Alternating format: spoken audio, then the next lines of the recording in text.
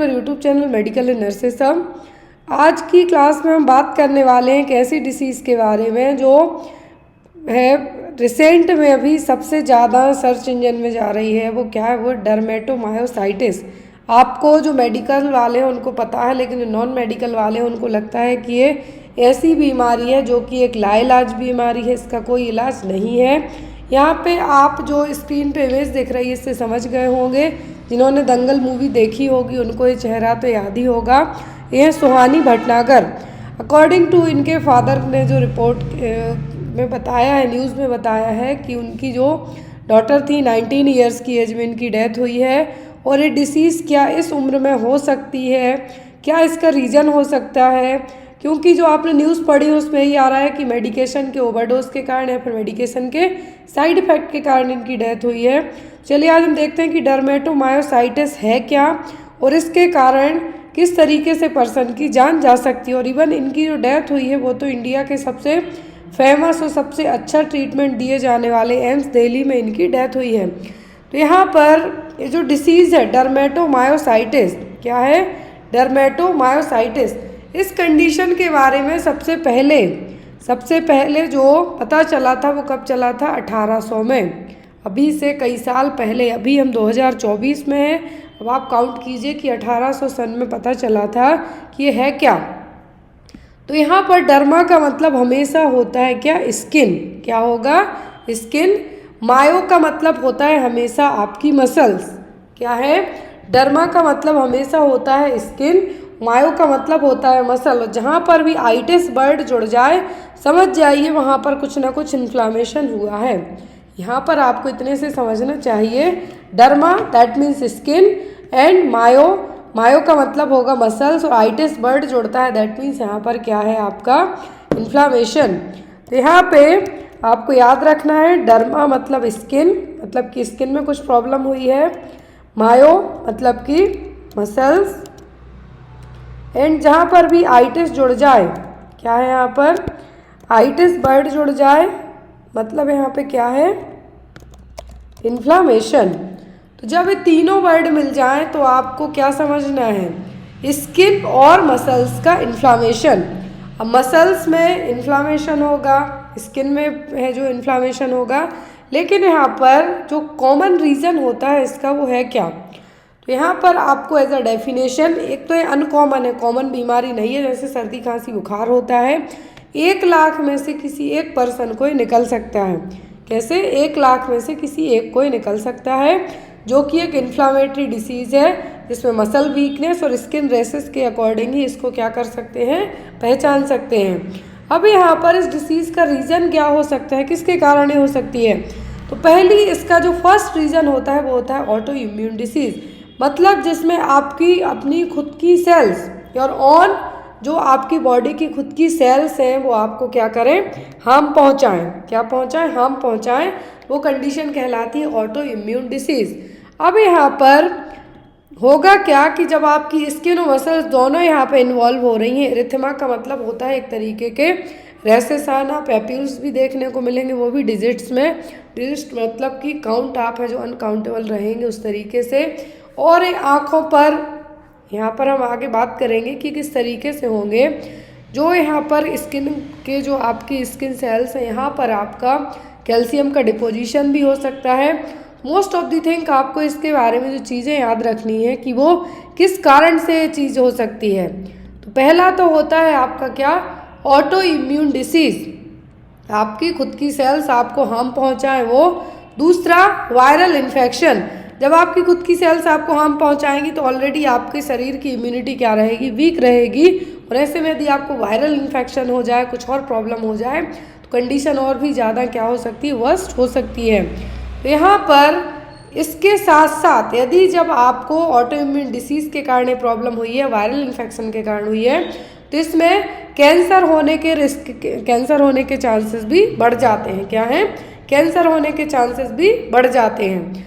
अब यहाँ पे देखिए आप कि इसमें सबसे ज़्यादा एज कंपेयर टू मेल या फीमेल के हम कंपैरिजन करते हैं तो यहाँ पर it inform that women are twice as likely as man to be diagnosed with dermatomyositis, मतलब फीमेल 2 गुनी अफेक्ट होंगी कंपैरिजन टू किसके, मेल्स के, मतलब फीमेल को होने के चांसेस ज़्यादा हैं एज़ कम्पेयर टू मेल के। अब यहाँ पर 80% एडल्ट हैं जो एडल्ट ऑनसेट डर्मेटोटाइटिस से जो अफेक्ट हो सकते हैं। एडल्ट का मतलब 19 साल से ज़्यादा के लोग, यहाँ पर 19 साल से ज़्यादा के लोग हैं जो 80% लोग हैं जो मायोसाइटिस स्पेसिफिक एंटीबॉडी के कारण डर्मेटोमाइसाइटिस का शिकार है जो हो सकते हैं। और 60% चिल्ड्रन जिसको हम जुवेनाइल कहते हैं, क्या है, जुवेनाइल कहेंगे, जुवेनाइल का मतलब 14 साल से कम उम्र के बच्चे, 60% तक बच्चों में जो मायोसाइटिस स्पेसिफिक एंटीबॉडीज़, मतलब जुवेनाइल का मतलब बच्चों में जो 60% अफेक्ट हो सकते हैं। और यदि एडल्ट में बात करें हम तो 80% as compare to male, female के, फीमेल में 2 गुना ज़्यादा चांसेस है एज़ कम्पेयर टू मेल के डर्मेटोमायोसाइटिस होने के। इसका जो मेन सिम्टम होते हैं, सिम्टम्स तो अलग अलग तरीके के देखने को मिलेंगे, लेकिन based on the symptoms treatment भी किया जाता है। इसीलिए सिम्टम्स क्या होंगे, स्किन रैसेस, जैसा हमने पढ़ा, डर्मा मतलब स्किन रैसेस, साथ में मसल वीकनेस होती है। Muscle weakness most of the cases में अपर आर्म्स मतलब कि शोल्डर के यहाँ पर, थाइज में मतलब जांघों के यहाँ पर एक अलग तरीके की वीकनेस फील होगी, जिसमें आपको उठने बैठने, जो आपकी डेली एक्टिविटीज़ हैं वो काम करने में भी प्रॉब्लम हो सकती है। अब इसके जो सिम्टम्स होते हैं, स्किन रैसेस होते हैं, as compare to normal rashes के थोड़ा सा अलग होंगे, जिससे आपको आपके जो डॉक्टर हैं उनको डायग्नोस करने में हेल्प होती है। क्योंकि ये डिसीज़ ऐसा नहीं है कि शॉर्ट टर्म में आपकी बॉडी में डिटेक्ट हो जाए, आज आपको सर्दी खांसी बुखार है, कल आप जाएंगे आपका ट्रीटमेंट हो जाएगा, ऐसा नहीं है।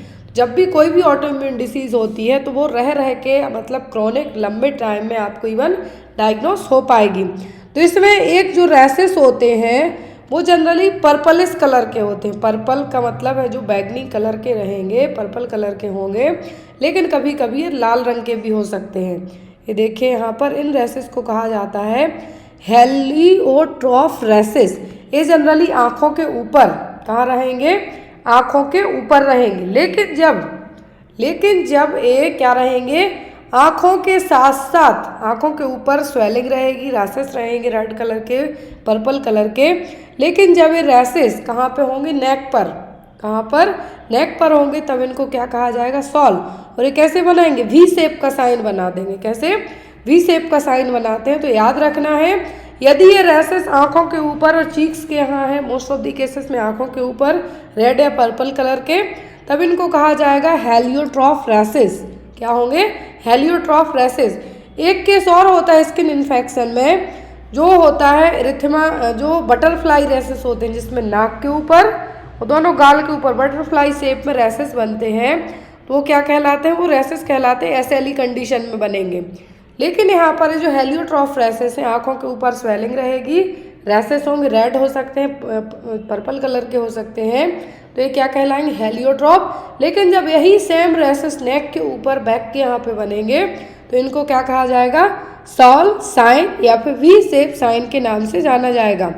और यहाँ पर जब ये जो रैसेस हैं, क्या है, जो रैसेस हैं पर्पल कलर के, रेड कलर के, रेड और वायलेट कलर में कहाँ पे होंगे, आपके मेटाकार्पोफैलेंजियल जॉइंट और इंटरफैलेंजियल जॉइंट्स के यहाँ पर, मतलब कि फिंगर्स के यहाँ पर। ये देखिए इस तरीके से सेम रैसेस बैक में आते हैं तो सॉल साइन, सेम रैसेस आँखों के ऊपर आते हैं तो हेलियोट्रॉफ साइन, और इसी तरीके के रैसेस विथ पैप्यूल आपके आते हैं फिंगर्स के यहाँ पर, तो ये क्या कहलाएंगे, गॉट्रन पैप्यूल।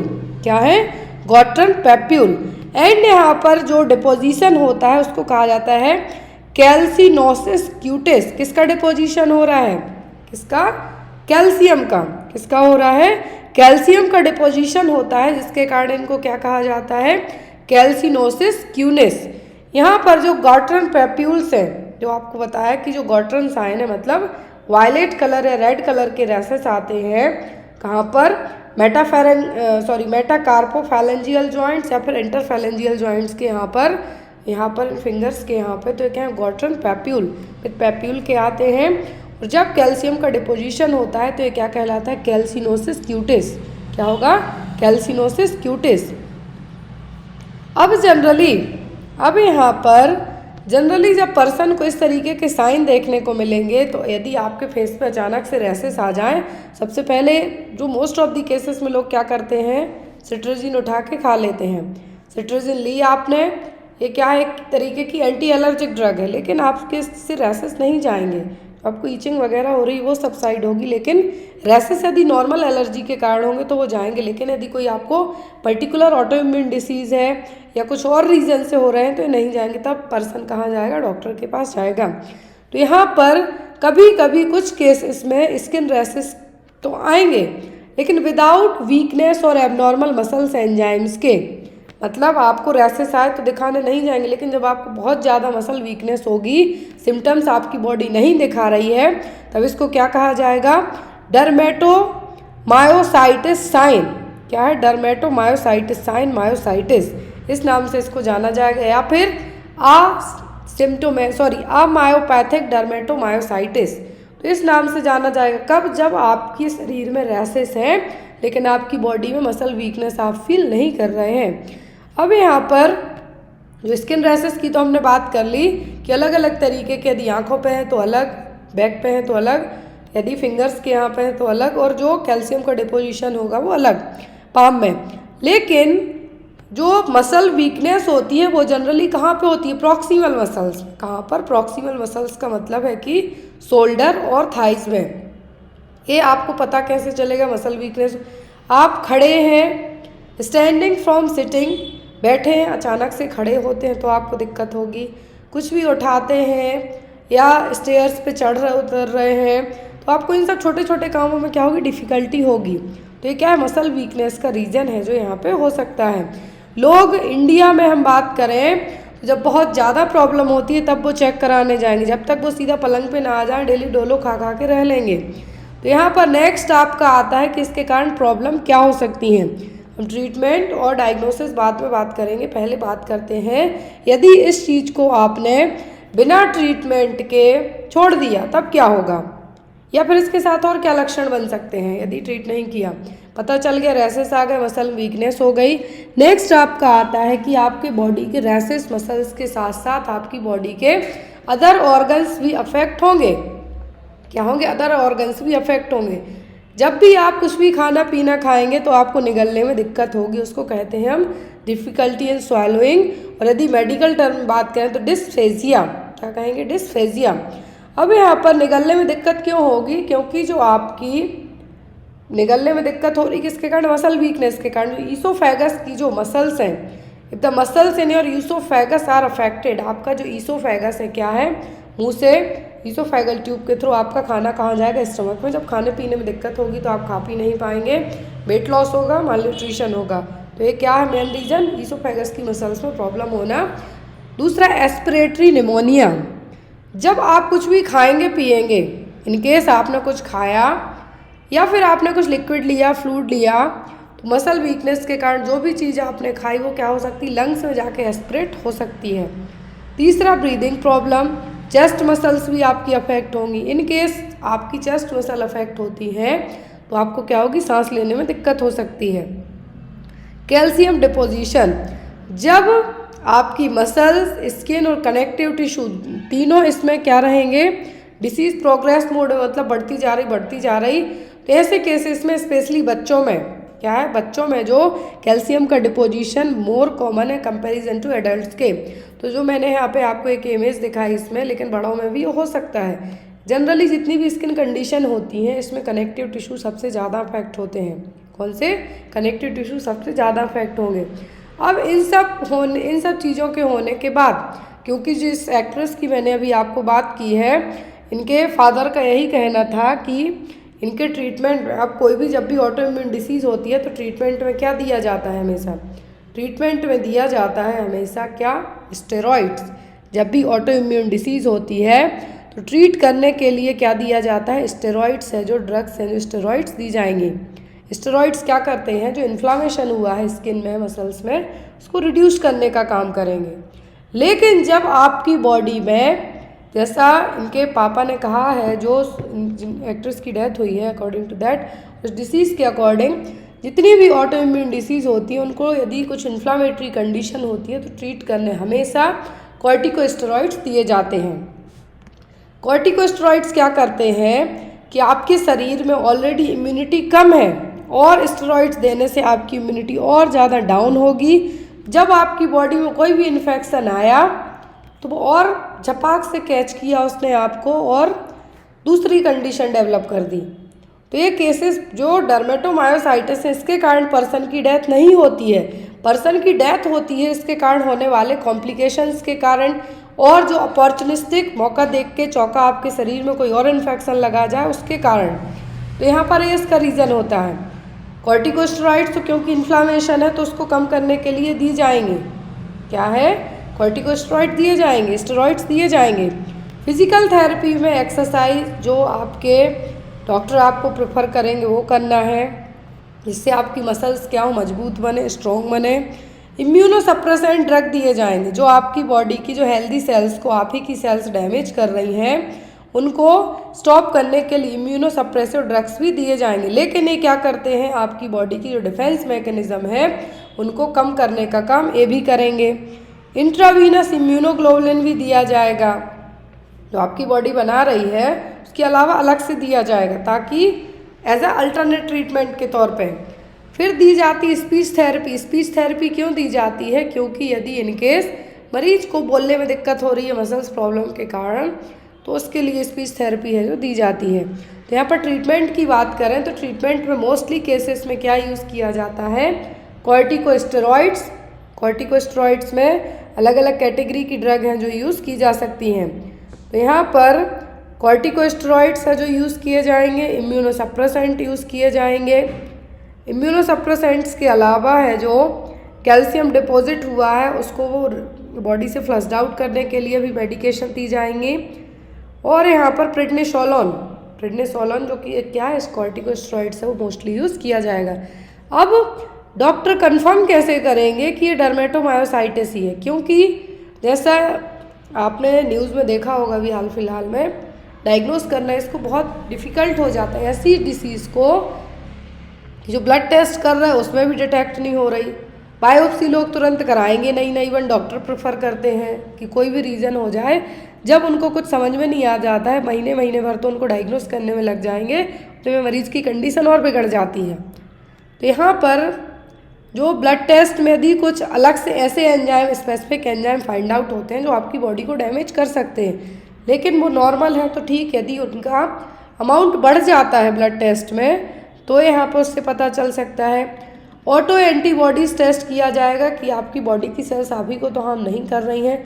यदि कुछ रेसेस ऐसे जा ही नहीं रहे, बार बार आ रहे हैं तो उनकी बायोप्सी की जाएगी, मसल बायोप्सी की जाएगी, आपकी बॉडी की एमआरआई भी की जा सकती है, चेस्ट एक्सरे किया जाएगा कि जो हार्ट लंग्स है इसको तो उतना अफेक्ट नहीं हो रहा है, इलेक्ट्रोमायोग्राफी की जाएगी, जैसे ईसीजी होती है वैसे ही मसल्स की नर्व स्टिमुलेशन है मसल्स में, प्रॉपर मसल्स में हो रहा है या नहीं, उसके लिए इलेक्ट्रोमायोग्राफी की जाएगी जिससे डायग्नोस किया जा सके। लेकिन ये टेस्ट जो नाउअडेज हम बात करें इंडिया में तो उतना फास्ट फॉरवर्ड में नहीं किए जाते। स्किन में लोगों को लगता है कि रैसेस से अपने आप ठीक हो जाएंगे। तो ये था एक छोटा सा टॉपिक जो आपके लिए आई होप समझ में आया हो कि डर्मेटोमायोसाइटिस में आपकी मेनली क्या है, स्किन और मसल्स दोनों अफेक्ट होती हैं। रीज़न ऑटो इम्यून हो सकता है, आपके शरीर की खुद की सेल्स आपको हार्म कर सकती हैं, वायरल इन्फेक्शन के कारण भी ये हो सकता है।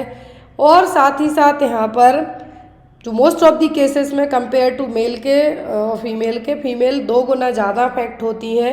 1 लाख में एक ही केस निकलता है, रेयर है, अनकॉमन है। इसमें जो साइन देखने को मिलते हैं, यदि जो रेड और पर्पल कलर के रेसेस आँखों के ऊपर आते हैं, चीक्स मोस्ट ऑफली आँखों पे आते हैं, तो वह हेलियोट्रॉफ races.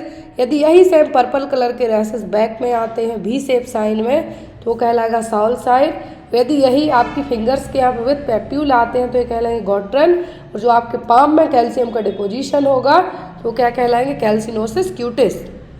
Based on the symptom treatment दिया जाएगा कि मसल्स आपकी और स्किन अफेक्ट हो रही है तो कॉर्टिकोस्टेरॉइड्स दिए जाएंगे, इम्यूनोसप्रेसेंट ड्रग दी जाएंगी, फिजिकल थेरेपी के लिए कहा जाएगा, और एट द एंड इसमें कैंसर होने के चांसेस भी बन जाते हैं और ऐसे केसेस में मरीज की डेथ भी हो जाती है। कॉर्टिकोस्टेरॉइड देने से आपकी इम्यूनिटी वीक होती है। वीक होने के कारण, इम्यूनोसप्रेसेंट ड्रग के कारण आपकी बॉडी वीक, मैंने इसलिए कहा कि जो आपकी फाइटिंग सेल्स हैं वो डैमेज होंगे, लड़ने की क्षमता नहीं बचेगी। डेथ डर्मेटोमायोसाइटिस के कारण नहीं होगी, डेथ होगी कोई अदर कॉम्प्लिकेशन डेवलप होने के कारण। आई होप आपको टॉपिक समझ में आया हो। Thank you for watching us. Bye bye.